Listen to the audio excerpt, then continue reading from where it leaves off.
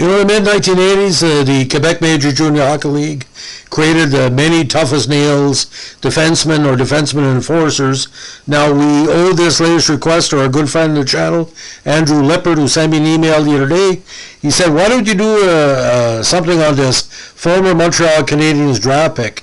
I'm glad to do it because I have a good connection with him because a person from my home region, John LeBlanc, a former NHLer, was a teammate of this guy with Luc Robitaille with Hull in the 84 season.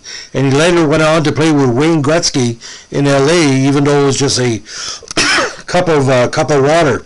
But they say if you're born in Toledo, you're designed for being a tough athlete, and this guy was tough.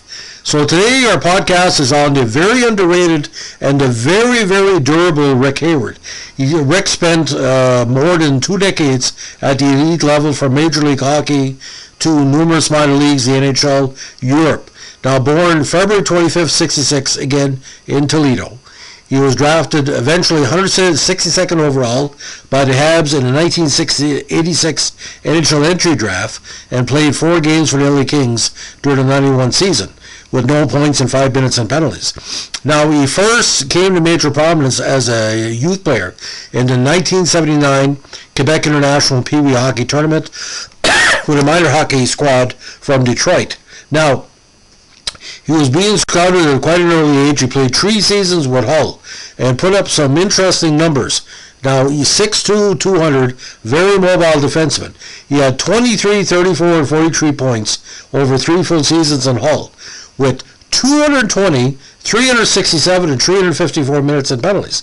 Now, Montreal gave him a shot right out of the block. He played with the Sherbrooke Canadiens for most of his 87 season with 5 points in 46 games, and was also part of their playoff run. 88, he found himself out of the AHL with Sherbrooke despite playing 22 games, and of all things found his way to Salt Lake, where he became one of the Salt Lake's most popular players of the late 1980s. In 2 full seasons in Salt Lake, ladies and gentlemen, he had 130 games in a regular season, 732 minutes and penalties. 17 games in the playoffs with 113 minutes in playoffs, penalty minutes. So well over 800 minutes and penalties over 2 seasons with Salt Lake, but put up some decent numbers. 24 points in 89, 4 goals, and 18 points in 1990 with 5 counters. Now, he was captain of the Roadrunners in Phoenix, LA's IHL affiliate. He had 22 points in 60 games in 91, 9 big goals with 369 minutes and penalties, and again played 4 games with the Kings. Now, in the Islanders system, he played a short while in the AHL, but found himself, ironically, John LeBlanc played with the Moncton Hawks for a while in the minor leagues, and eventually found his way to Moncton. Very popular player with that second half in the 93 campaign, with 4 points in 47 games, with 231 minutes and penalties. But because he was such an IHL draw, he spent the majority of his next half dozen seasons in the IHL with Cincinnati, Cleveland for 4 years, and the newly formed Quebec Rafales. Now, the biggest season that he had in Cleveland was 1997, 12 points and 244 minutes and penalties, with 13 games in their playoff run that year. Now, he eventually found his way to Europe, played 2 seasons with the Frankfurt Lions in the German Elite League. Best season was 2000 with 50 games with 1 assist and 5 games in the playoffs.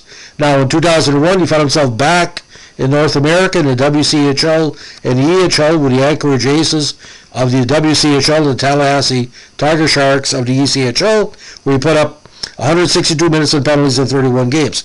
So much more than an enforcer, could score a big goal when needed. Again, I think the reason he didn't make LA or the other affiliated teams, he was always like the number 8 defenseman. He would go to training camp, couldn't make the team, but again, a strong force in the IHL, and especially in Salt Lake and Phoenix and Cincinnati as well. Cincinnati, I saw a few reports of the outreach stuff he did in Cincinnati. Very well liked, as we say.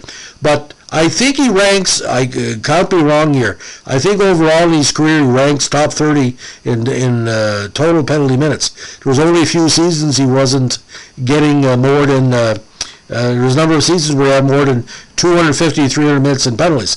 But the big season, I look at that again, 1990 in Salt Lake, combined regular season and playoffs, 490 minutes in penalties in 65 games. And he still found enough time to have 6 goals, 15 assists for 21 points. Again, numbers, penalty minutes don't tell a little story.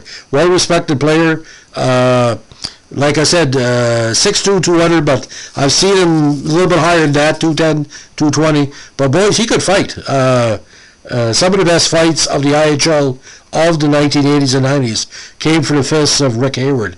And, it's kind of weird because Brian Hayward, the Montreal Canadiens goalie, was such a quiet guy. So to have him to cover the other side of the Hayward family, just as talented as Rick, but he was talented with his fists. There was not one situation he backed down upon, and that's what you need with a durable defenseman, protecting himself and his teammates at all times. So that's the story of Rick Hayward. Andrew, thanks a lot for the requests. Always good to have your contributions. Helps the channel. And don't forget, we have redesigned the channel a little bit. We're going for the more recognizable URL. If you're checking my podcast, you'll see what I mean. We're officially designated the JJ Governor Corey YouTube channel. It's official as of December 8th. A very early Christmas present for everybody, and with the hopes of reaching 500,000 hits by early 2022. Thanks for listening. Bye.